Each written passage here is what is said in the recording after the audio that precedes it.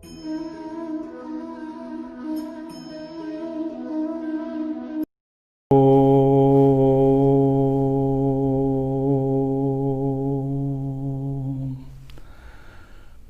दर्शकगण, सादर नमस्ते।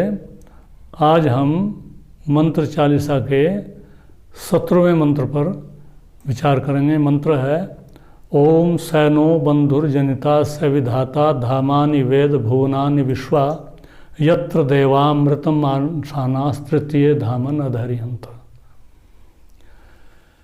सभी जो आर्य बंधु हैं यज्ञ करते हैं, 8 मंत्रों का नित्य प्रति या जब भी यज्ञ करते हैं, पाठ करते हैं, वो इनके अर्थ को भी कभी कभी बोलते हैं, और जो ऐसा नहीं करते उनको भी समझना चाहिए। वेद परमात्मा का ही वर्णन करता है, परमात्मा का ही गुणगान करता है, और परमात्मा का गुणगान ही परमात्मा के प्रति हमारी निकटता को बढ़ाता है, हमें परमात्मा के निकट ले जाता है। मंत्र कह रहा है स नो बंधुर्जनिता। स मैंने परमात्मा, नो मैंने हमारा, स न नो हो गया। स नो बंधुर्जनिता, वो हमारा बंधु है। कहीं कहीं कहा गया माता भी है और पिता भी है, उसका कोई लिंग नहीं है। जनिता है, वो पैदा करने वाले भी। सैनो बंधुर्जनिता स विधाता, और सारा विधान भी उसी के अंदर में चल रहा है, सब विधान वही कर रहा है। और उसका विधान ऐसा नहीं है कि जैसा आजकल लौकिक विधान है कि 10 रुपये दिए और विधान बदल दिया, या कोई किसी दबाव में आकर के बदल दिया। नहीं, उसका ऐसा नहीं है। वो जो कुछ करना होता है वही करता है। सैनो बंधुर जनिता स विधाता धामानि वेद भुवनानि विश्वा। सब जितने भी भुवन हैं, लोक हैं, उनको सबको जानता है। सैनो बंधुर्जनिता स विधाता धामानि वेद भुवनानि विश्वा यत्र देवा, जहां देव, जो परमात्मा का ध्यान करने वाले हैं, यहां देव शब्द देवा बहुवचन में आ गया।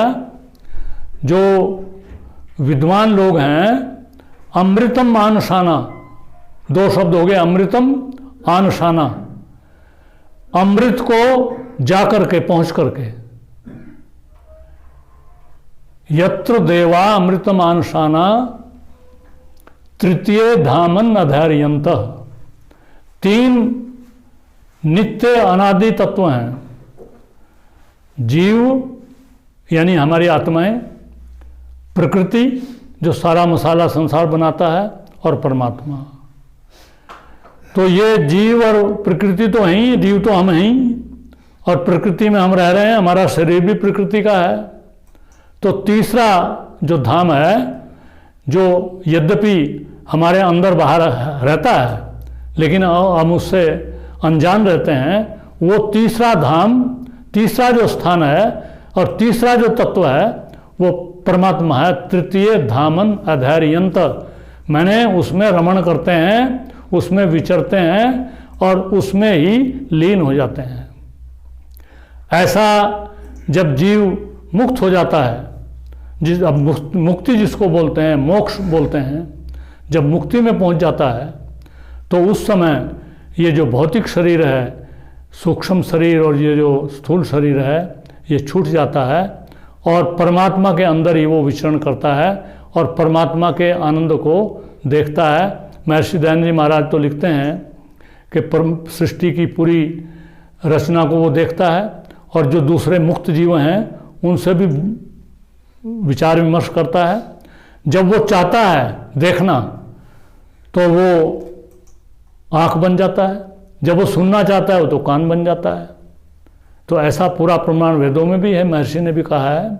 तो ऐसा जो तीसरा धाम है, जिसको हमारा लक्ष्य है, ये हर आर्य का ये लक्ष्य है कि वो मुक्ति प्राप्त करे, इस मंत्र में इसकी प्रेरणा दी गई है, और परमात्मा के संबंध में इसमें ये इतनी बातें बताई गई हैं। इतना ही पर्याप्त है। इति ओम शम नमस्ते जी।